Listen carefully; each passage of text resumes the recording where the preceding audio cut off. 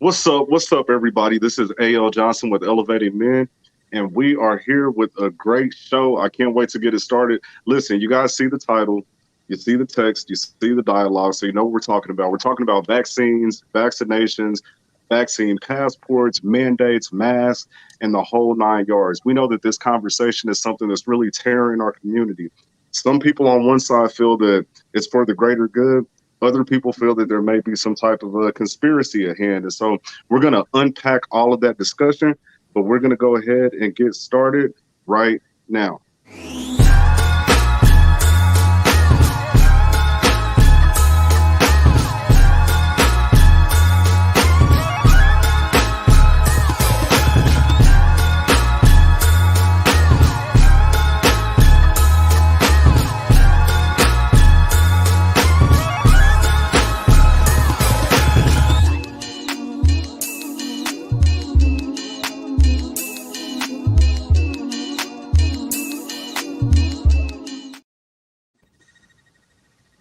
All right, all right. So we're back, everybody. So we've got a couple special guests with us today. I want to start with Mr. Loray Easterwood. He's the host of 1KC Radio's show, The Lunch Squad.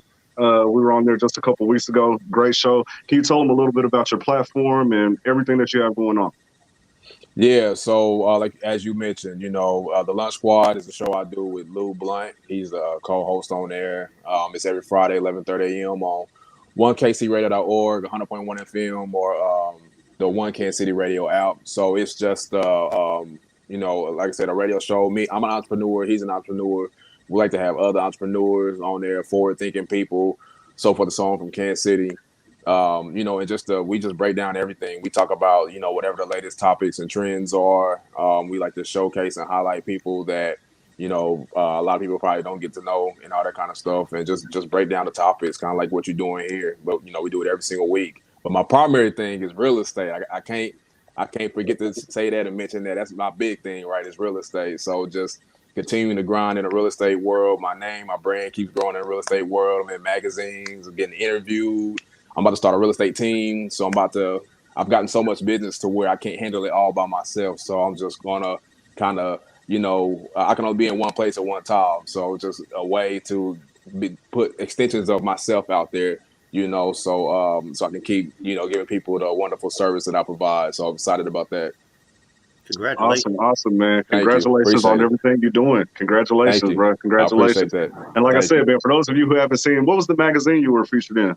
It's the real man. I almost grabbed one. I'll grab one in a little bit when somebody else start talking, but I got one over here. It's called a real estate magazine or the real estate book, and it is in 700 locations throughout the city. So it's like you see those little bins in front of like a Price Chopper or a Dollar Tree or a lot of big time stores. Like when you first walk in, those little bins and stuff with the magazines, it's in there. So I've already had a couple people come up to me randomly at the gym and all that kind of stuff, tell me they see me in there. So it's it's all over the place. It's called the real estate So book. you are an elevating man. So that's why we got you on here. I would like to think so. For I sure. would like to think so. Congratulations. Absolutely. Thank you. Appreciate it. And we also have none other than Corey Infamy. He's the host of the podcast, The Word on the Ab. Man, how you doing, brother? Yeah, doing great, doing great. I appreciate y'all having me today. Hey, Oh man, it's had to have you. hey, it's Corey Infame. It's really Corey Gilmore. My name is Corey Gilmore, but I put Infame on there just for keep the jobs and everything off of me and everything. I go typing in and all See, of that's what we're my talking about social today. media. Conspiracies, man. They watching everything you do. You Yeah, gotta yeah, put a yeah. moniker on So there. yeah, it's Corey Gilmore. Yeah. For sure, for sure. Can you tell everybody about Word on the Ab and what you talk about over there? Man, we talk about a plethora of different things, man. It's just centered on it's not the know-it-all type of what am I trying to say? It's not the content for me trying to be a know-it-all or anything like that. I put it out there because I want to just have a general conversation with people. My main aim is to just have people think think outside of the box, thinking outside of the box and combating misinformation, also educating. Each one teach one. Also, I'm in it to learn. I'm in it to learn also, man. So that's the main premise of what it is, man. And like I said, we talk about a lot of different things. One of our main things we do on there is we take we may take like what I'm saying, like large news events and different things like that. Some that the public is usually split ideologically on, and we try to decipher those different things and provide a level of nuance to it. So started it a couple years ago. It's evolved in different ways. Some of our ideologies on there have evolved, but me, Lauren Jones, who's part of the Elevating Men, and Randy Anderson, we had that going. We've had that going for about probably going on 2 or 3 years now. So just trying to just elevating that, man, and yeah, getting the ball rolling. Awesome, awesome. Well, I'm excited to have you on because I actually watch, I watch your podcast. You do your research. That's one thing that I really love about you, brother. Like, you don't come on the show, not knowing what you're talking about. You've done your research. You know what you're talking about. And so that's why I wanted to have you specifically on this show, because the community is torn, man. The community is torn when it comes to the vaccine. Like I said, some people are like, hey, this is for the greater good. If you don't take the vaccine, you're risking me, my family, the people that I love. Others are saying, hey, it's my body, and I make my own decisions. And so I just want to do a little round robin just to kind of see where we all feel at this point. I'll start with you, Andrew, from Dinner and Dialogue. I know you guys are familiar with that face, but what are your thoughts on mandatory vaccinations? My thoughts on mandatory vaccination is conspiracy, conspiracy. It's the way of the government telling us that we got to do this and we ain't got no choices. And, that's my first thought. My second thought is I just got over COVID and it ain't no joke. And I got a cough drop in my mouth right now to make sure that I don't cough because I'm still short-winded. So basically my thoughts are torn. My thoughts about any kind of conspiracy, now that I look back at it at 50 something years, has basically always had me torn on a fence of doing, not doing, overthinking about it to the point where I am either still stuck or undecisive. And in all of those things are not positive. Got it. So tell us a little bit about, you said you just got over COVID. As a good friend of mine, we talked, pretty much through that process. Can you share for people who haven't experienced it, just kind of what it felt like, what the symptoms were like? Are the reports that we're hearing true? What was your experience? So this was my version of it. I don't know how everyone else, how it hit everyone else, but my version of it was around the 1st of August. I felt something deeper inside my chest walls that made me cough. And usually when I catch a cold or get sinus problems, they start higher up, in my nostrils and stuff like that. Well, this one automatically started down in my chest.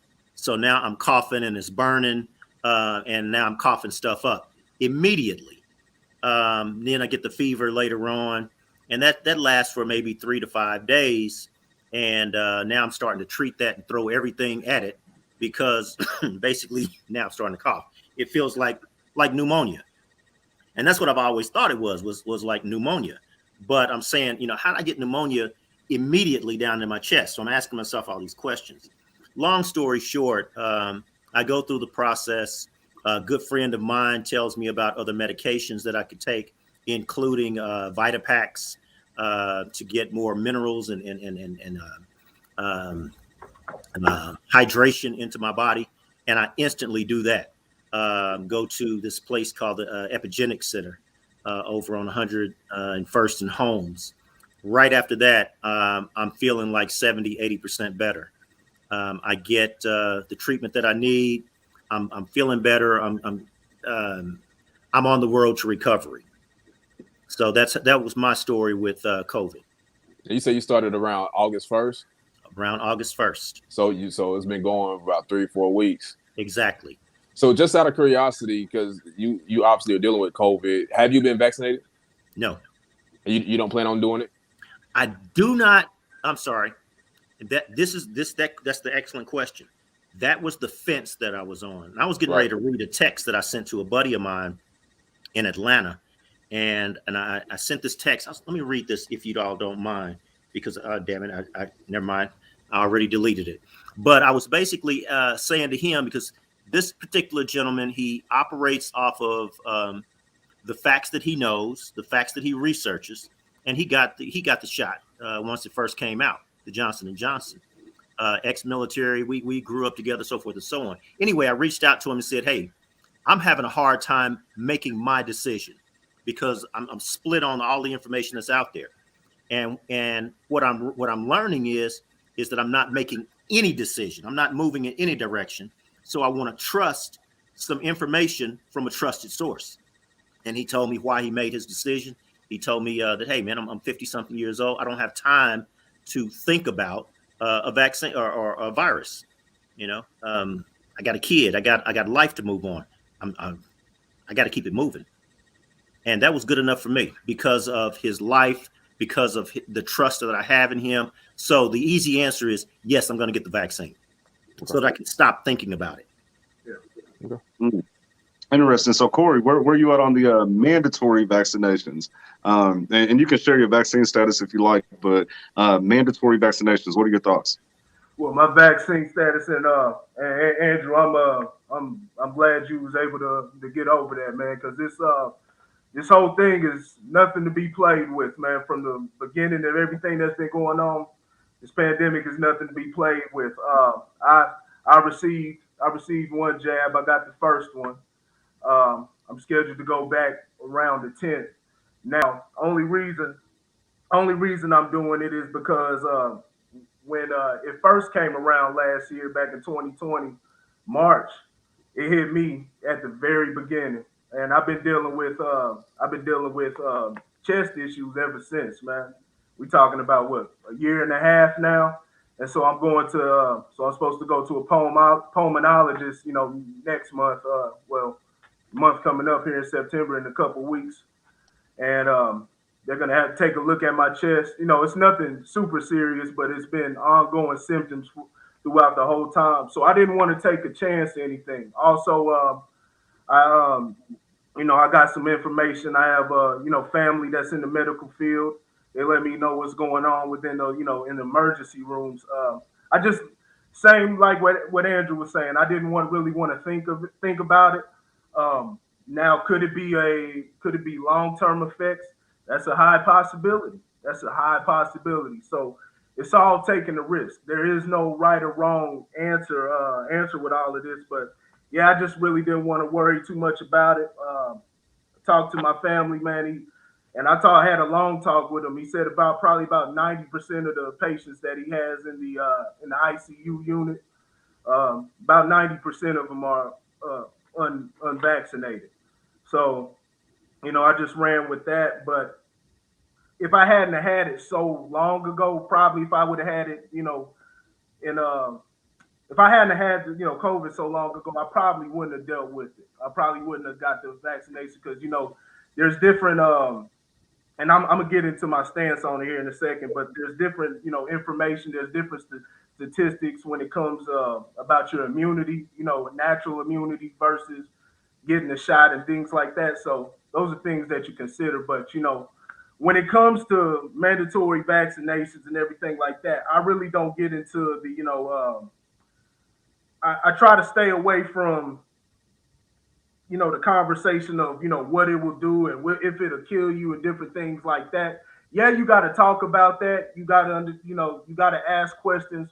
What is the ultimate motive? Because I've been following this thing from, if you go back on Word on the App, I was talking about this January of 2020. I did shows on this. I talked about history of government experimentation and different things like that, giving warnings of what was to come and how this affects people economically, because the talk has always been trying to achieve a level of economic freedom, especially for Black people, or not freedom but liberty, and trying to carve out something for our own. Well, things like this can definitely throw a wrench in it. So my stance has always been it's against the law. Vaccine mandates are against the law, and that's my clear. It's not just a stance. That's exactly what it is. Um, it's the constitutional law, the Fourth Amendment, private property. Uh, when you now, if you talk about a private business, a business themselves, and they want to implement that for themselves, or even if you guys at home and y'all decide, hey, I don't want you to step foot into my house unless you have a vaccination or whatever, a vaccination card, some proof of that. You have every right to do that, as you do anything else. You can make any decision that you want to make when you're dealing with your private property. But for it to be a government mandate, so whereas federal government, they know they can't do nothing. The best they can do is make executive orders, which are no more than really suggestions. Suggestions, and you know it determines if you'll receive funding if you want to follow their rules, but they really have no jurisdiction on stuff that goes on with private business. But when you talk about the state and local, they don't have that jurisdiction either to make that sweeping, make it a mask mandate, a vaccine mandate, none of it. And and like I said, this is constitutional law. Cause you have, first of all, and this is arbitrary, but I don't want to call it arbitrary, but it's nothing written down. But you have God given rights, right? You have God given rights, stuff that you're born with, um, like the color of your skin, who you are, your gender. Those are things you can't change. Those are things you're just born with. Those are things that don't have to be written down. So the right to defend yourself, things like that. But then you have constitutional law. Then you have state law. Then local law. Federal law plays no part into none of that. I've had a lot of people. They send. I don't want to be long-winded. I'm gonna keep it quick, but I've had a lot of people. They'll send certain things that the state will show, whether it be a court case, a Supreme Court ruling, or something that's written in the state books. Well, what do your state leaders swear upon? When you see Joe Biden, you see Kamala Harris, whether it's Donald Trump, when they swear upon and they take the oath of office, what do they swear upon? The Constitution, right? Not only them, your state leaders, your police officers, all of them. They all swear upon the Constitution because there's things, it's the supreme law of the land. Now there's things behind it to where they're able to circumvent those things, but these are things that we need to put to the forefront so they can at least admit that those type of laws, that law, the supreme law of the land, doesn't matter. And see, if they admit that, then it's like, well, then what does any law mean? Because these laws are nothing but a contract between you know the government and the citizen. It's nothing but a contract. It's nothing but an agreement, and it's here to you know keep government overreach, from stepping in. So think of it like this. Think about how within the last year or so, I've known about it for probably about not that long, probably about 5 years, but Black Wall Street, how we weren't taught this as children, the Tulsa riots and everything. And those weren't the only riots that happened. There was plenty of them that happened from the late 1890s, from 1921. There was plenty of them that happened all around the country, right? They bombed the city. They found their opening. It did what they wanted to do to run these people out of run black folks out of their businesses. Well, they wouldn't even need bombs. They don't need bombs or guns anymore. All they have to do is drop a virus.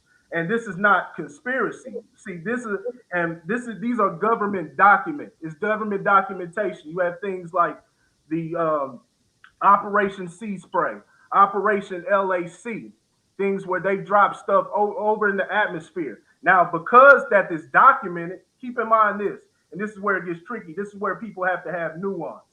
Because it's a government document doesn't mean it's true. It's a fact, right? Things are a fact until they get proven as either the truth or a lie. So it doesn't mean it's true. But we hold the government, just like Joe Biden said the other day when the FDA made Pfizer. approved the vaccines. they're the gold standard. That's what he called it. So we view the government as the gold standard. So they're the ones who are putting out this information for us to digest. And so they're showing to the people that you can't be trusted. So when you have a history that shows these different things, and and it's so much more to it, man. It's so much more to it. And there's been Yeah, plenty of stuff, like from the start when they talked about, it came from bats. Now they're talking about gain of function research from a lab in Wuhan. Like I said, it it could be one of those. It could very well be neither one of those. There's all type of different ways. There's science, the things that our government has. It is highly advanced, and they've had their hands in plenty of stuff going. America itself has had their hands with plenty of stuff globally. And so it's not far fetched at all to even think of that. So for people to just fall in line and say, hey, do what they say, well, this is a perfect recipe for you to destroy your whole economy and have people dependent where we have just like Malcolm X. We trying to do for self. We're trying to do for self, live away from them as much as possible. Well, all this will have you do is running right back to them. And so now they're passing out all of these they're passing out stimulus packages, and giving it to you as a gift, and in the meantime charging interest and charging your kids down the line, and wondering what. man, listen, you said a mouthful, bro. I was trying to take some notes or whatever, man. I got a little book over here, man. I need to go ahead and start distributing it so people My can bad, man. Yeah, get their knowledge of, man. No. yeah, This is what we yeah. want. This is what we want because we really want to get to the bottom of this as much as we can. There's a lot of different considerations. I heard that you brought up the government, that these things have been done in the past. And so there is a mistrust in our community, and rightfully so, because it isn't like the government hasn't set us up in the past. And so, Loray, where are you at on all of this? What are your thoughts? I mean, let me first and foremost say, like,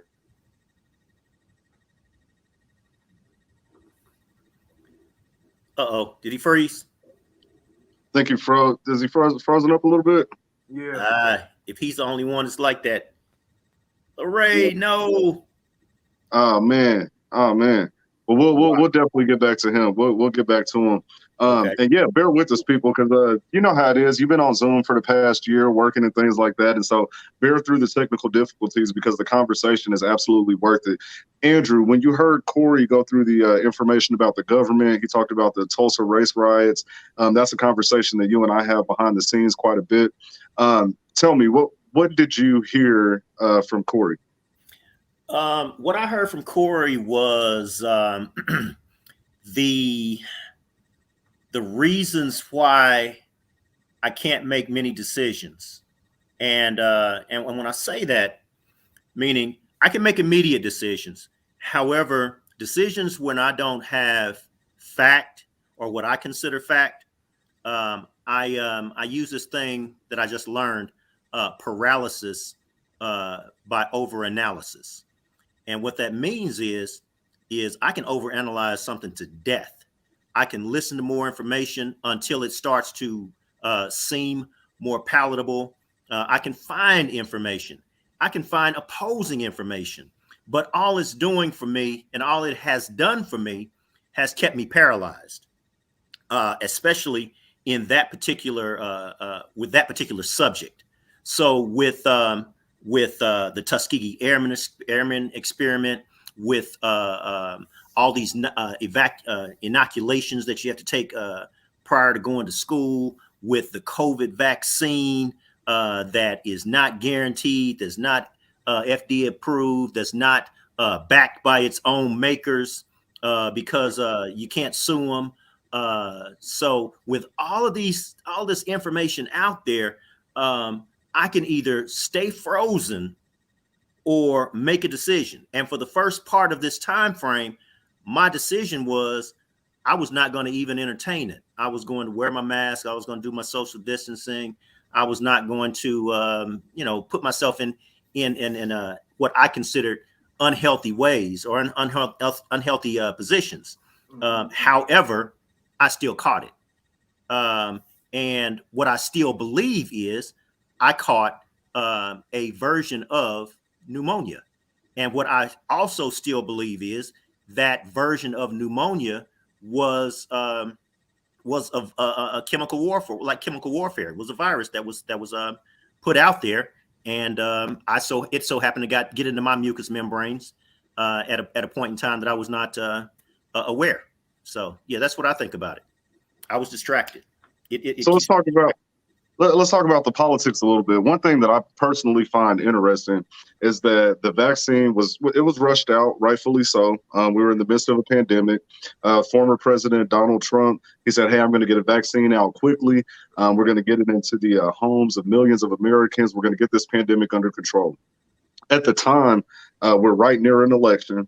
Um, we know that he kind of had the country polarized to an extent. Everybody had their difference of opinions on how he was running his administration and running the country, and because of that, a lot of people were extremely leery of the vaccine. In fact, a lot of the politicians that are in power now that are pushing the vaccine told us not to take it and we shouldn't trust it because it's Trump's vaccine. 2 months later, change in the administration. There's no change in the vaccine, but now we're expected to trust it 100%. When you hear that thought, Corey, what comes to mind for you? Well, they've done that. They've done that continuously with multiple things. It's moving the needle. I actually posted probably about a couple of weeks ago. Multiple people who are, that's a good thing about Twitter is it shows, you can take you can take account of people's history and things that they said months ago, and you had people doing exactly what you was just explained right there. Because it was Trump's, they said, "Nah, we don't. I'll never do nothing like that. I'll never have anything to do with something like that." And then as soon as you know, um, everything shifted to the Democratic side, people were right on board. Even with that fool up in New York, Como. I remember, toward the beginning of the pandemic, or well, in the middle, it was about a few months after it, and he was actually praising Trump. It's documented. It's right there on on your TV screen. You can pull it up. If anybody wants it, I can definitely send them. I'll definitely send it to you. But he was praising Trump when they asked him what was President Trump's response to everything and COVID and coronavirus. He said, "Man, it's been A1." He actually bigged them up, and then probably about 4 or 5 months later, he was condemning him and saying the way he handled it was terrible. So when I see different things like that, and this is just a theory. This is just a theory. When we talk about conspiracy theories, it's no everybody has conspiracy theories. Conspiracy is something that you believe. I'm paraphrasing something that you may believe is going on between uh, two or more two or more people, and a theory. Just trying to make a theory on something. Y'all can go look up the definition. But if you go on Google, they've actually changed the definition to make it some type of spooky type of thing now. Right, So right. the way people see it, the way it's characterized now. So um, It's a way to just as discredit. You can just easily as a discredit theory, something by calling it a conspiracy. yeah, it just discredits it. But everybody has conspiracy theories. If a somebody's wife, if a husband sitting up there working with some fine chick late overnight or something, and they working on some type of project. He talking about I won't be home till about 3 in the morning, and she talking about I think they over there doing something. You know what I'm saying? And go and try and look in the window. I mean, hell, it's a conspiracy theory. It's that simple. It's that Right. simple. We try to make it all this big stuff, but I really think they do that to kind of test the people, to kind of see how people respond to different things. And Donald Trump, and they use Donald Trump for that a lot because everybody's caught up into the cult of personality. So when you have a person who's as polarizing as him, now this isn't no defense for Donald Trump. And people who one thing I can't stand is one people condemn one side, they'll decide to jump to the other. So you have people who are Democrats and they'll say, "Oh, this ain't going to work for me, so I'm going to jump to the Republican side." Well, they're not on your side either. Donald Trump is the same man who said, if you want to talk about, people talking about, oh, he's for guns. Well, he's the one that said he got behind the red flag laws. Then he said, take their guns and then give them due process later. All type of stuff. He did all type of different things that was just out of line. But how that works, you see, like what I was talking about. When you hear somebody when you usually hear somebody who takes the type of stance that I'm taking, the people who are saying keep everything open. See, last year when they were having the mask mandates and the lockdowns and everything, you had the two sides, and one side saying, hey, it should stay closed, and the other side saying, no, it's to stay open. And you had one side talking about it's our health, the other side talking about economy. They were both wrong. They were both wrong. It's a human rights issue. It's a human rights issue. And so what you were seeing is deprivation of rights under color of law. It's an actual civil rights violation. If you actually go to your books. But when you see that, it's usually the Democratic side or left wing, however way you want to say, the left wing is saying, hey, let's focus on the health and we're here for the people. And the right wing guys saying, hey, close everything down. So what you usually see is the Democrats, the left wings, they're usually the humanitarians. They're the ones who care about you. They're the ones who, we're not racist or anything like that. And then you see these fools on the Republican side, and they're, and not all of them, but usually when you see someone and they're wanting some crazy laws, something, hey, they'll say, you'll see it in the news. You don't know if it's a psyop or anything, but you'll see it in the news. Some foolish dude sitting up there talking about, hey, we should go back to the Jim Crow era. He'll say something real racist, and you'd be like, it's usually on that Republican side, right? But when you hear their verbiage, a lot of the sides that they take are, similar to mine. So when they hear somebody like me taking the stance that I take, and it's all in the effort of the overarching picture and thinking along down the line, well, they say, oh no, those are those right wing talking points. Those are those right wing talking points. And that's where I feel. That's why I wanted to have this conversation, because it's really politicized to a point where if you say, I really don't support the vaccine, I've got some questions still, I'm trying to figure things out, you're automatically termed an anti-vaxxer, and it puts you on the Republican side of the aisle automatically. And it definitely doesn't have anything to do with that. What do you feel about the politicization, Andrew? What are your thoughts on that? Hey, two things. Check and see if Loray is in the waiting room. Also, when you mentioned the Republican and the Democrat, and you used the word wing, the first thing that popped into my head is, there's one wing, and there's the left wing and the right wing of the same bird.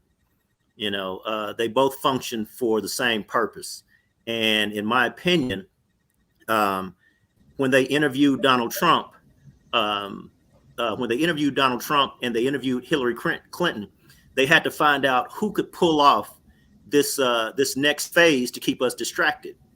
More so, and Donald Trump, he promised them. He said, "Hey, if you all put me in office, I guarantee that I will have at least 97% of the American public, plus maybe about another 86% of the world, mentioning my name every day, so that they won't even be worried about what it is that you all are actually doing behind the scenes."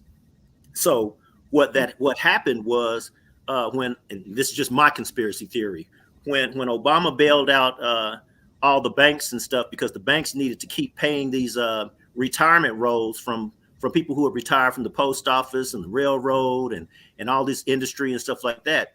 Well, they needed their retirement checks, and that's what the bailout was for. So the next phase was, well, we need to reduce those bailouts or those checks. So we got to have this virus come through that addresses people with pre-existing conditions.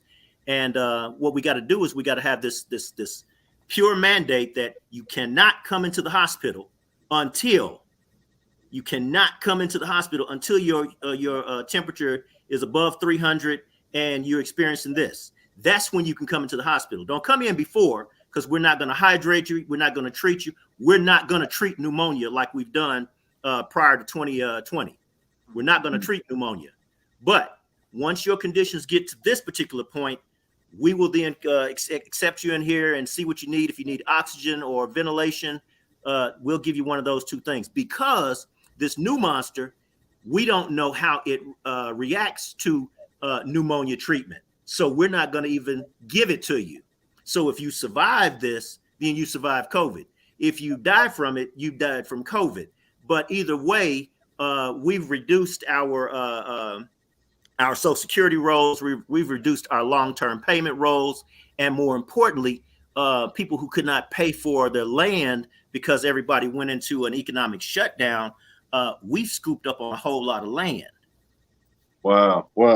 Loray, glad to have you back, bro. Glad to have you back. I definitely want to hear your opinion on all this. I don't know if you missed it or if you were still tuning in, but I do want to go back to the original question for you so you can get your thoughts out. What are your thoughts on the mandatory vaccination? Do you feel that it's for the greater good, or could there be possibly something else at play? Can you guys hear me? Yes. Yes, sir. Okay. Yeah. I apologize. I don't know what my phone started tripping. I don't know what. I've never gotten an error message like that on my phone before. I don't know. Your phone knew you was about to turn it out. It was like probably.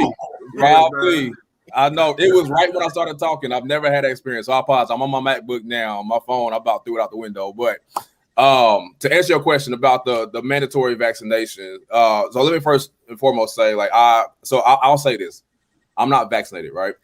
And I don't have an issue if people decide to go get vaccinated. Cool. If you don't, if you're like me and decide not to get vaccinated, cool. Like I don't try to push people either way. And as far as the mandatory vaccination, I do feel like there's something underlying, right? I mean, you guys have gone very, very deep, and I missed a lot of what you said. So I apologize if I repeat myself, or but you guys have gone real deep, and I do believe there's an agenda. Somewhere there's an agenda with this mandatory vaccination, and just, I mean, getting the vaccination period. You guys have seen. So I apologize if somebody mentioned this. You guys have seen they're trying to incentivize people to get the vaccine now, right? So me and some of my friends think about this. Like we think about other stuff, right? Like there's people that have terminal illnesses, that you have to have insurance. They got all these rules and regulations to keep you from getting medicine that will save your life. However, when it comes to the vaccine, again, I'm not against the vaccine or for it or anything like that, but they're incentivizing you to get it. And so to me, there's an agenda there. I don't know what it is. I don't really follow politics that much. That kind of stuff just kind of irks my soul, but they're definitely pushing it for some reason. And to the mandatory vaccines, or having the mandatory vaccinations to not even just getting in events, but your job. You can get fired. People are getting fired for not being vaccinated. And yeah, there's definitely something underlying there for sure. Again, I don't know what it is. I mean, you guys, definitely follow that stuff way more. You've already spoke on that. But there's definitely an agenda behind this whole mandatory vaccination thing for sure. Definitely. Now, before we continue on, I'm going to go to a really quick commercial break. Everybody, please share this, like it, heart it, comment. We want Facebook and YouTube, because this is streaming in both places. We want them to know that we're having a good conversation here. So we're going to take a quick 30-second break. And during that break, I want you to like, and share this stream, and we'll be right back. The next topic, we're going to see if there's any correlation between what's going on now and biblical prophecy. We're talking about conspiracy theories, mandates, masks, vaccines. We'll be right back here in just 1 second.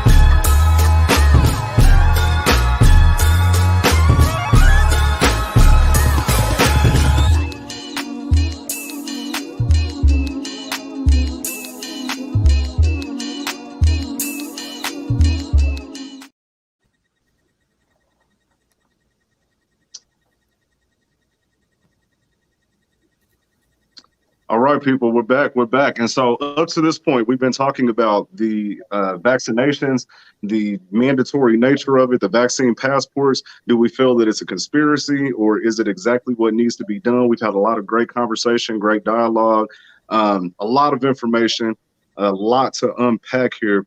Before we get back into the conversation, I want to go through a couple of comments that we received that we haven't gone through on YouTube. We got a comment. Let's see here. Let me pull it up just a second. This is interesting. Susanna Berlinski, it says at least 5% of the U.S. population is extraordinarily hypnotizable, so easily hypnotizable that they are in a constant state of exaggerated suggestibility, even when awake. That's a quote from Dr. Tobias Brocher. When it comes to the being hypnotized, the brainwashing, the media, how much do you feel of that is at play here? And I'll go to you for that, Corey. No, that's one of the biggest things ever, man. Television is one of the strongest weapons ever created, man. I was having a conversation with somebody about a week ago, man, and we were talking about, he was talking about how a lot of times society tends to repeat itself, and you'll have, a certain point. What he was basically saying was, it'll get to a point where there'll be a mass rising. There'll be a mass rising, and people will understand what's going on, basically, and be able to see through everything. But my only thing was there was no television from the point that when he said it last happened. I think he said around 1920s or so. And I said I got to read the book that he referred me to. I forgot what it is. I have to, if y'all want to know, just holler at me behind the scenes. But I said there was no television there. So television is one of the most dangerous things. Like most things, television, internet, it's all a gift and a curse. Just like the internet, you can get lost into it if you're not able to pull yourself back and filter out the right things, because our parents, our grandparents, and everything, they didn't have access to the internet like that. They had books, but you got to be able to go to the library and physically go there, and then you got to know exactly which book to pick up and read and different things like that to get information. You didn't have a lot of podcasts. You had different radio stations and stuff like that, but we have access to just a wealth of information. So, like I said, you have to have a standard. You have to have a base to be able to filter out these certain things. Know what to soak in, know what to throw away, or not just throw away, but at least put to the side. Understand when it comes to different things, we don't have to make a decision to say yay or nay. This is true. This is a lie. If we don't have enough information, it's safe to say one of the smartest things you can say is I don't know. I don't know, and until I achieve more information, I don't know. But propaganda has been, one of the biggest things ever. Just read the book by Edward Bernays, Propaganda. One of the largest things ever, man, and it's affected us huge. It's always been a tool, and just the history of that. I mean, what do they call television? It's television programming. That's exactly what it's designed to do. In fact, they did research studies on the flickering of the television screen being somewhat hypnotic. And so the messages that you receive through television affect you in a way that others don't, meaning that it goes directly to your subconscious mind. And so that's why the things that we ingest from television become ingrained so easily, right? Like if you got to try to learn something that's of value and you go through the traditional way, you pick up a book, you start reading it, it's hard to capture that memory and keep it at the forefront of your mind. But when you receive it through television, those messages go straight to the subconscious. And so it's much more powerful. We got a lot of great comments in here. I don't think I can get to everybody because I definitely want to keep the conversation going.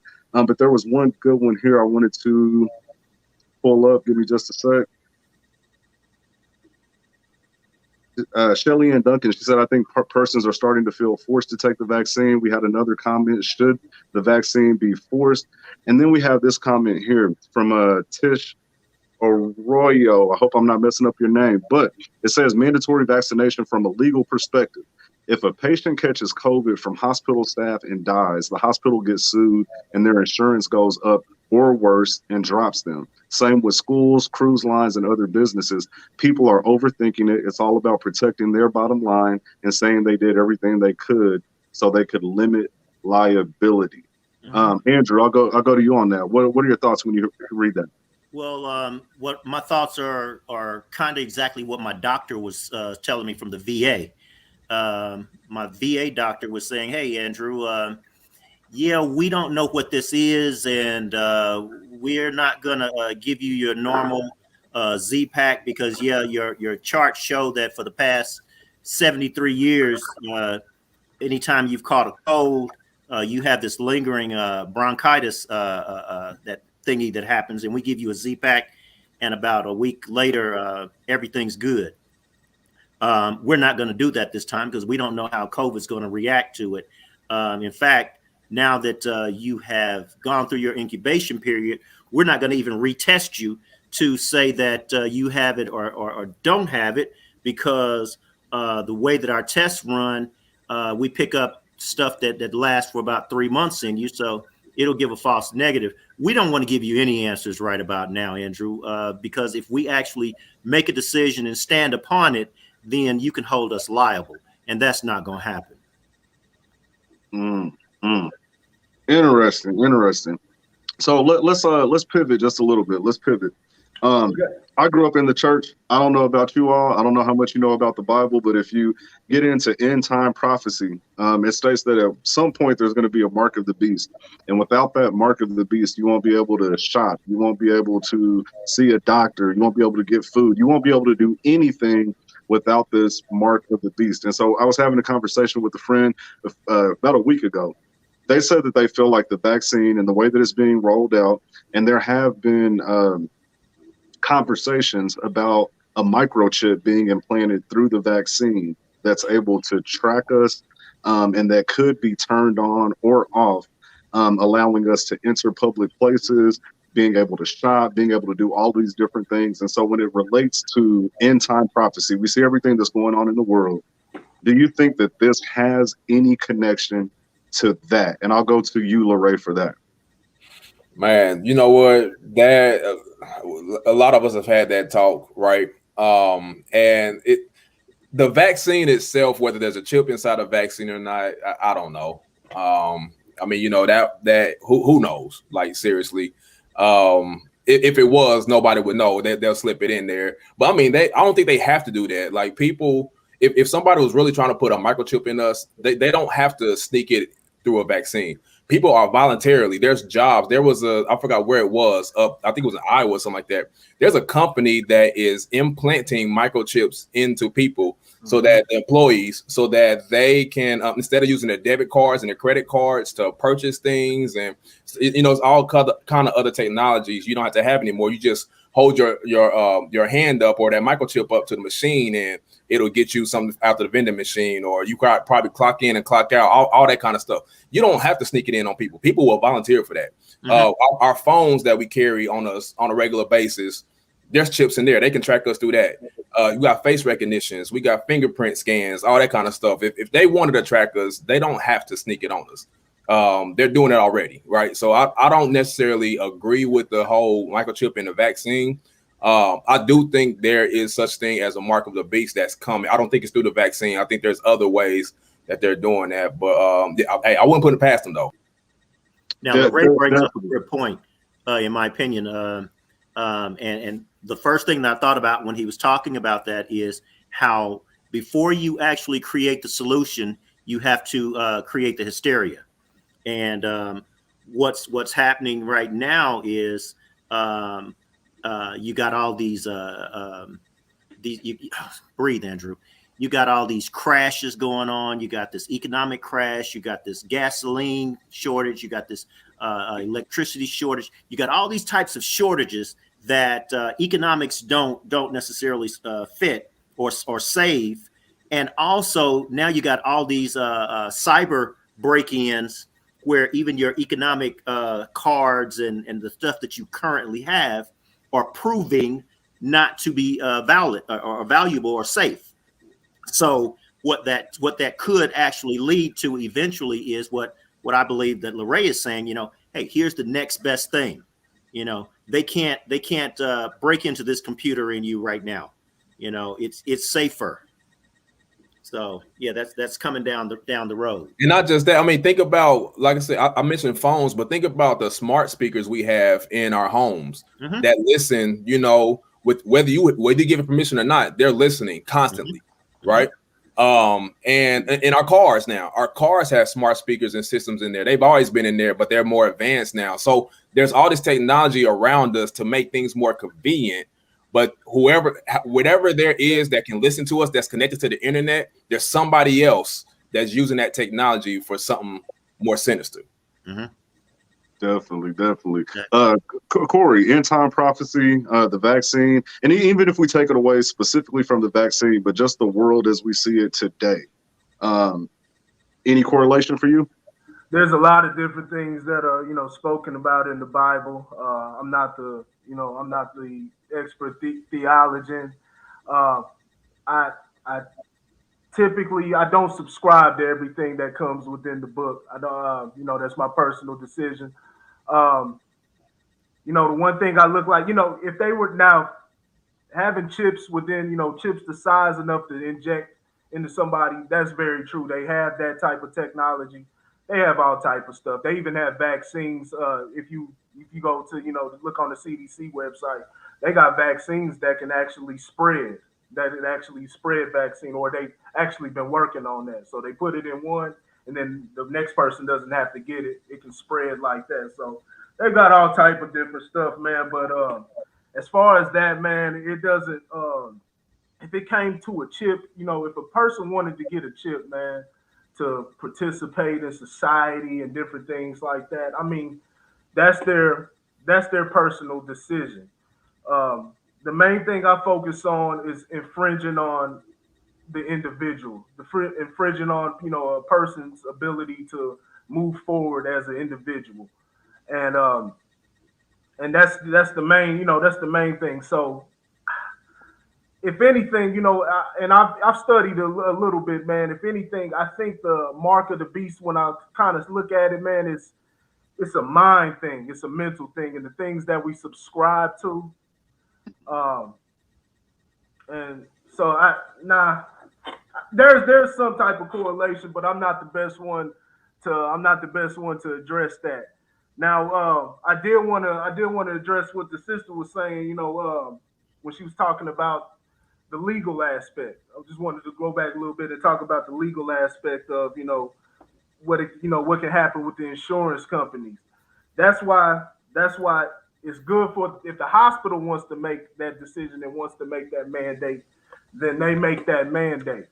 But for the state, see, all I'm focusing on are things that can affect us as individuals. I don't buy into tribalism or anything like that. I want to see the best for Black folks. When I got it started into my studies and researching different things, it was about the struggle of Black people. So that'll never go away. But it's for the individual all together. So a lot of people have different type of mindsets and ways that they see life, but you should be able to live your life the way that you want to live it, as long as you're not infringing on the next man. And so that's all that the state is about. When we talk about, the legal aspect and things like that, it's simple. The state can't infringe on that because we've already identified, the government themselves have identified that they can do stuff that can cripple your economy. It's just like Andrew brought up when he's talking about the lands that are being bought up and everything. Last year in 2020 was the largest transfer of wealth in U.S. history. The largest transfer of wealth. The big dogs, they got to stay in business while they told you that your business was not essential. All the business is essential. Now, if you want to decide to make the decision, you want to make the decision to stay closed and different things, that's up to you. Different things can happen. You may not get business from people being out on the streets and things like that, but that's just how the market works. You got to be able to make that decision. But you had guys like, Vince McMahon, WWE. You think the WWE is an essential business within a pandemic? But he was able to pay. Absolutely not. Right. but he was able to pay $19 million to stay open. You That know what I'm makes sense. That saying? makes sense. So listen. So I want to pivot just a little bit because here at Elevating Men, our conversations really revolve around male accountability and responsibility. And Yeah. so we went through the pandemic in 2020. If you didn't see it coming, nobody could blame you because nothing like that had happened within 100 years. So within any of our lifetimes, we had never seen a pandemic of that magnitude. Now that we have, and it looks like we're on the second wave of it. So there's potentials for shutdowns in the future. There's potential for things to get really crazy and hectic. What I want to talk about is the preparation piece, right? And so without all of the stimulus measures and all of the government intervention, most people wouldn't have been able to pay their rent, wouldn't have been able to purchase food. It would have been terrible. It would have been terrible. I don't know that because we're talking about the economy a little bit. I don't know that they would release those types of funds again.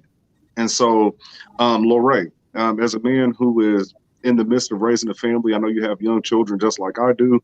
What type of things are you doing to prepare? What are you trying to do differently for this second wave that you weren't aware of during the first wave? And how do you think other men can protect their families?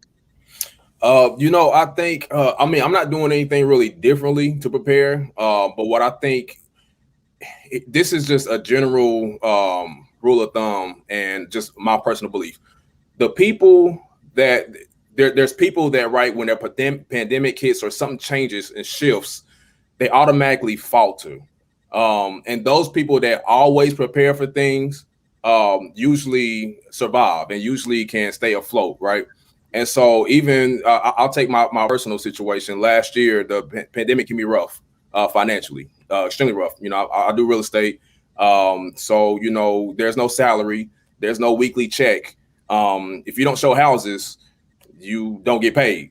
And so obviously with the pandemic shutdown, we couldn't go into houses. We couldn't do open houses. We couldn't meet people in person. We couldn't do any of that stuff. So, there was a few months to where it hit me pretty hard, it hit me pretty rough. I did get a stimulus check. And what did I do with that? There's some people, right? They get the stimulus check. They get that, what's that? The moratorium, the eviction moratorium. So people are like, oh, you can't evict me? Well, I'm not going to pay my rent, right? That's the wrong mentality. The mentality should be, even if you can't pay the rent, even if you can't do it, pay what you can. Call your landlord, talk to them, let them know that you're trying to, hey, I'll make payments toward it, so and so on. Just because they can evict you don't mean you don't owe that rent. The bill will come due eventually, right? Can I ask you something? Can I ask you something, brother? Yeah. Can you go into detail about, because you're in the you have properties and different things. Yeah. Talk about how that affects you primarily, because I don't think a lot of people understand that. Well, you talking about like as far as like which part? People not paying rent and things like that. People how it affects you, because I don't think a lot of people understand how, when people purchase their own property and rent it out to other people, and how it affects the person who, the owner. Yeah. So I don't own any properties right now, but I can say how that affects landlords though. So landlords, when you pay your rent to somebody, so people have this thing like, I'm not paying his mortgage, right? Well, not all landlords survive, like have other jobs and all that kind of stuff. Some landlords, what am I trying to say? Some landlords, that's their livelihood, right? That is their job. Their job is that rent you're paying them. So when that eviction moratorium hits and people stop paying their rent, well, then that landlord is not getting any income and they're not able to pay their mortgage. And so they have to, make other means and so forth and so on. It does, you should take care of your responsibility regardless, right? Regardless of how your rent paying affects the landlord, you should take care of your responsibility. You signed a lease that you will make a payment, every month, there's a certain amount, blah, blah, blah. You should take care of your responsibility. So back to the point I was making, I hope that answers your question, but back to the point I was making, it's all about the people that take care of their responsibilities, right? If you take care of your responsibilities and you're a responsible person, then regardless of what comes your way, you're going to figure it out and you're going to make the right moves. If you're somebody that takes advantage of things and are irresponsible, then something like that comes and you're gonna falter, you're gonna fall behind, and you're gonna keep falling behind and so forth and so on. So my point is saying all that. You asked how am I preparing for this next wave? The way I always prepare. I'm always saving. I'm always thinking about my daughter. I'm always thinking about how can I have things set up for her and so forth and so on. And so I'm already saving up for it.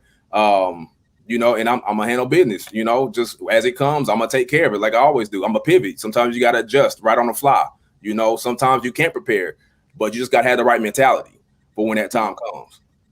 Now, has this made you think about things that maybe weren't at the top of your mind before? By that, I mean this. So I've seen more people talking about gardening. I've seen people talking more about fishing and hunting and really getting back to the basics to make sure that they can sustain themselves and their families with or without government intervention. I feel like a lot of those skills have been lost from our people. Most men that I know personally have only been fishing maybe a time or two in their life. They've never been hunting. Most people that I know that live in the inner city don't know how to plant a garden. None of these things. And so has this situation opened your eyes to that at all? Anybody that wants to jump in, have your eyes been open to really just kind of getting back to the basics and really learning how to sustain a family without all of the conveniences that we currently have? I'd like to jump in on that. Some of the things that popped into my head when Texas, I think it was, had the rolling blackout of electricity. The East Coast had this gasoline shortage because somebody hacked into whatever they hacked into. I think the restaurants couldn't serve as much chicken or any because there was a shortage of chicken or something like that. My point is there have been continuous shortages that we've had to endure. And what I'm thinking is that if the grocery stores close tomorrow, where would I get my chicken? If the grocery stores close tomorrow, where would I get my vegetables? Because I don't grow any. If the grocery stores close tomorrow and stayed closed for the next 6 months to a year because of whatever just came down the pipe, how would I feed my family? Because I've not practiced that. Yeah, I know how to fish because my grandmother taught me that. However, that was a novelty. I've never done anything like fishing, hunting to live, to support my life. And I do believe that other cultures teach their children at starting at age 2 when they can hold a BB gun on how to kill in order to eat, how to kill in order to survive. And speaking of that word kill, in order to survive, say for instance, we were talking about conspiracy theories in the very beginning. Say for instance, this stuff gets really, really, really, really rough and it stays this way for at least 6 months or more. And I'm trying to survive and someone down the street has a garden and there's a few tomatoes and trees with food on it. There's a strong possibility that people in that neighborhood might just get hungry and want some of that food. If I had a storage in my garage of dry goods and someone found that out, do I have enough to feed the world or at least my neighborhood, especially when my family is hungry and we're running low? Or do I get my shotgun and protect what I've held on to so that we can eat at least a week longer until somebody else figures out for me how I'm going to live, because I haven't prepared for it. Wow. I feel that. I feel that. What are your thoughts, Corey? Yeah, no, infrastructure. I was talking about it even before it all had hit, man. Infrastructure and infrastructure is one of the biggest things that we need, man. And I wasn't taught it as a child. Many of my friends, we weren't, man.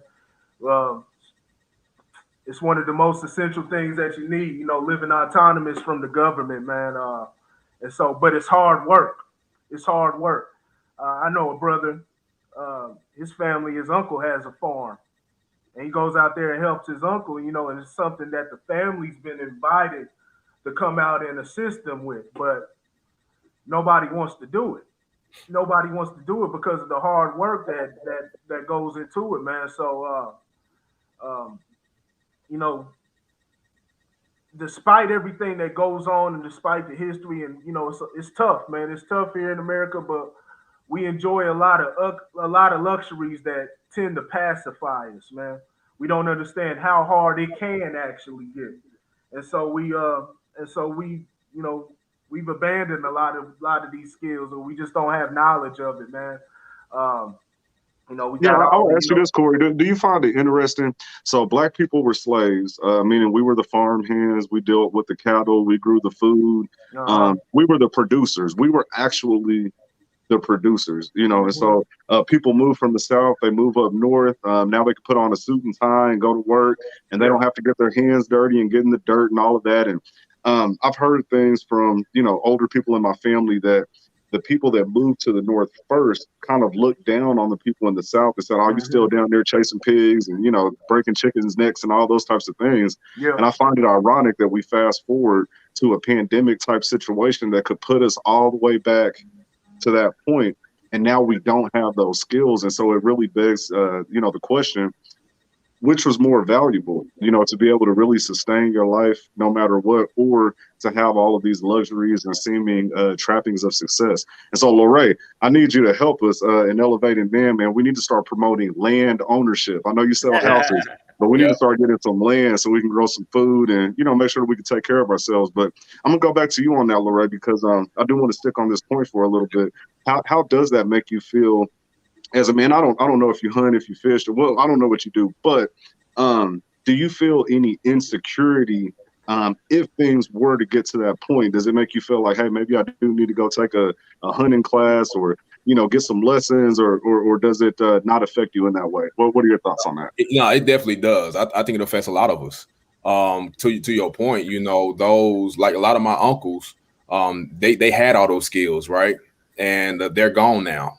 You got a couple of left, but yeah, I think to your point, my generation and younger, those skills definitely got lost. We're in the technology age, to where everything's done for us, and it's getting worse. It's even more convenient. So to Andrew's point earlier, yeah, if the store shut down for 6 months, it's gonna be a lot of us hurting, and a lot of us, and I'll be one of them. I ain't gonna lie, I'll be one of them. So yeah, now I would have to go. I mean, I can shoot somebody, but I can't shoot a deer.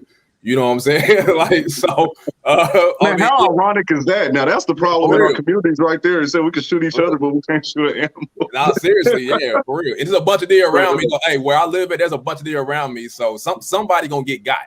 there Somebody you gonna go. get got. But no, but Awesome. to your point, no, a lot of us will be hurting. Like, seriously, it's a serious issue, because we're not too far removed from that scenario. Like, seriously, No, we we're got a not. taste of it last year, and Hmm. so yeah, we're Yep, not too far removed from that scenario. So exactly. understand that we've only scratched the surface. Loray, you only scratched the surface. You shot the deer. Yeah, Now you got to cut the neck. You got to right. cut it down the center. You got Yep, to find the good parts. You got to skin it. yep, You got to cure it. You Hmm. gotta do a whole lot of stuff just to Work. prepare it to cook it. yep. Are you ready?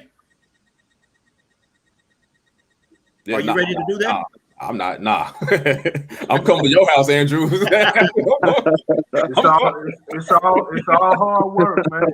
It's grueling work, man. You got to Hey, be out there. It can be hot. It can happen within the winter time when it's freezing cold outside. Let's say if it's an Right. ice storm like we had a couple months ago, or when it's hot, 100 degrees outside.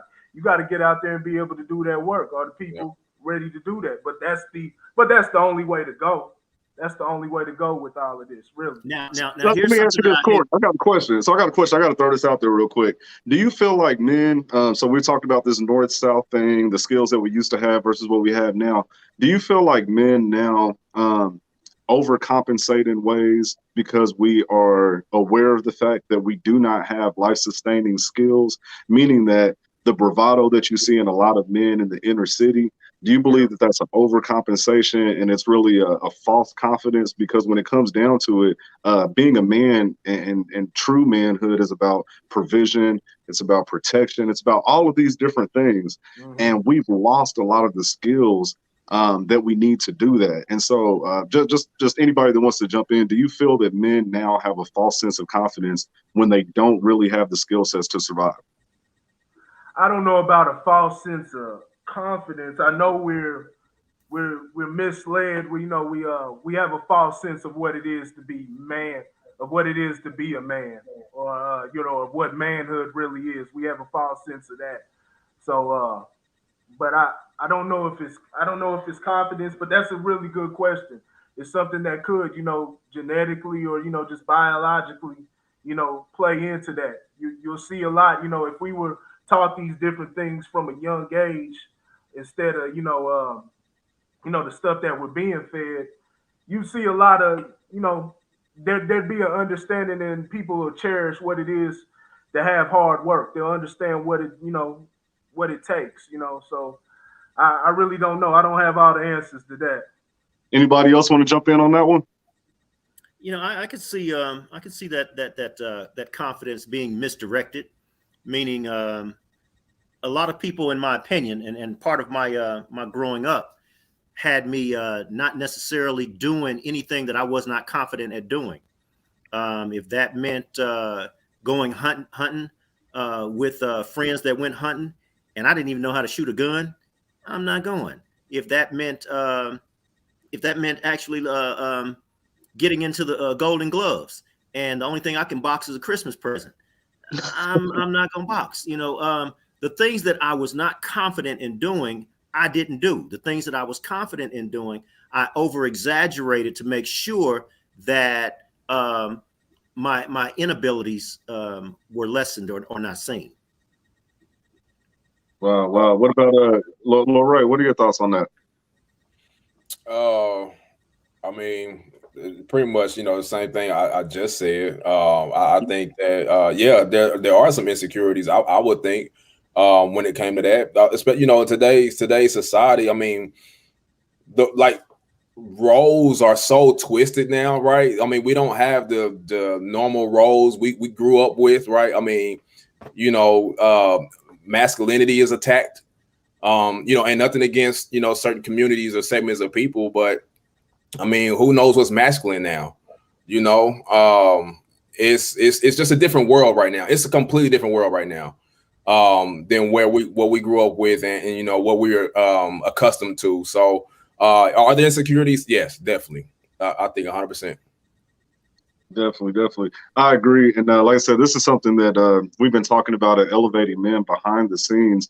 We're morphing our program a little bit because we do realize that a lot of men, when it comes to confidence, it's extremely important for us to carry out what we need to do to protect our families, to provide and be leaders within our community. And so be looking out for it. We're going to start introducing opportunities for us to take part in some of these life sustaining skills. And so definitely stay tuned. Everybody who's been watching, we definitely appreciate you. What I want you to do, I have a quick ask. I want you to go follow us on our YouTube channel and as well as our Elevating Men page on Facebook so that you can get all of the updates and be notified whenever we're having these great conversations. I also want you to share this video because there was a lot of great information shared, and have this conversation with your own network. Sit down, maybe watch the show, pause it, and have some conversation among you and your people, because I truly believe that conversation and the meeting of the minds is where we're able to make change. And so before we get out of here, just everybody, if you could give everyone your contact information, anything that you have going on or coming up, and just any final thoughts. I'll start with you since you're your first time being on here. I'll start with you, Loray. Yeah, Loray Easterwood. My tagline is Father, Realtor, Entrepreneur. Here's the magazine that you referenced earlier. It's called The Real Estate Book. I am actually on page, I even know the page number. I think it's 12 in this one. So as you see, I'm up there. But yeah, there's my information, 913-952-4203. My email listwithloray@gmail.com. Anything in real estate, right? Buying, selling, investing. You can reach out to me. I'm easy to find. On Facebook, you just search my name. Instagram, I'm at The Real Loray. So I'm easy to find. Hit me up. Perfect. Corey, any final thoughts, final words, and how can people get in contact with you? You can get in contact with me right here on Facebook, man. Right there at Corey Infame, INFAM, INFAME, or you can find me on Word on the Ave. Also, I'm on Grit Culture, and I do pretty much the same thing. I have a little, extra, different things. I have fun, a little bit more fun on there. It's not so, serious on there, but I talk the same things. Like I said, I just break down many situations, man. So just stay tuned. Just stay tuned, man. I'm gonna keep grinding, man. Y'all gonna be seeing a lot of me. And then just my final word, like I said, make it all about protect your rights, understand your civil rights. Um, when you see these folks out here, man, they want us to be split up. They want us to not have a conversation. So we don't understand, what's going on. Even when you talk about, I'm not going to be long-winded with this, but even when you're talking about, farming and different things like that, understand they're going to tell you they can very easily tell you you need to get up in the house and stay in there, be on 23-hour lockdowns like Australia. So what are we going to do when that happens? Are we going to just, are we just going to cower and listen to what they say? Because you had people who were trying to sustain a lifestyle, like a sister down here in Dallas. She was doing hair. Well, somehow somebody told on her, and the city contacted her through Facebook and put out a public and said, "Hey, we're watching you, and if you don't stop, we're gonna, hit you with fines and possibly jail time." So when you were talking about, within a pandemic, so these are just things to think about. Like I said, understand your human rights. Put your logic before. It's all right to have emotion, but put your logic before emotion. That's what the attack on masculinity was all about. Really, to um, get us ready for things like this, man. So, man, that's all I got on this, man. I appreciate y'all having me, man. It's definitely a blessing, man, and hopefully we can have more conversations, more discussions like this, man. We absolutely will, man. It's been a pleasure having you on. And my brother, we share the same name, Andrew Boykin. Final thoughts, last words. So Daniel Cody says African American male and female. One thing about us, we were born as survivors. We were talking about that earlier, Andrew. There's a big difference between surviving and living. And what I'm praying is that each of you listeners, each of you who have tuned in, as well as the panel, you will go to restin2050.org. That's restin2050.org. And that's my my 501c3, and my 501c says that it is time for us to prepare for a tomorrow, whether it gets here or not. This conversation that we're having, I'd love to believe that this conversation was held back in 1980. That conversation was held back in 1960. That conversation was held back in 1940. This is not a new conversation. The things that we are reacting to and responding to may have a new name that have us thinking that, yes, this is the end of the world. Also, 2020 actually got here. In fact, it's 2021, and they were saying stuff back in 19 whatever. My point is, if we don't prepare for tomorrow, our children's children will be having this same conversation about what we need to do, what they are doing, what we are reacting to, what we don't know. How are we going to ... And that's what planning and preparation actually answers. Restin2050.org. Last thing, Loray, you owe me about $40 because your Uncle Pete has been beating me in golf lately because I had COVID and I have not been at my best. So he has been taking my money. So it's on. Man. Well, everybody, thank you for tuning in. And I have one more simple ask. As you all know, if you've been tuning in or following me for any amount of time, I am a life insurance agent. And so we're talking about planning and preparation. Life insurance is a part of proper planning for your family and their financial future. You want to make sure that if something happens to you, let me not say if, But when something happens, because death is inevitable, you want to make sure that it is not a financial burden on your family. And if you can afford it, you want to leave them a little something to set them up for the future as well. And so if you have any questions or concerns regarding life insurance, reach out to me. Of course, you can reach out to me here on my page, or you can contact me at aljohnsongroup.com. But everyone, thank you so much for tuning in. Again, like, share, continue to comment, because I'm going to be in the comments a little bit later so we can continue on the conversation. And tune in next Monday. We're back on every Monday, same time at 7 p.m. right here where we're elevating men. So thanks for tuning in, everyone. Have a great night.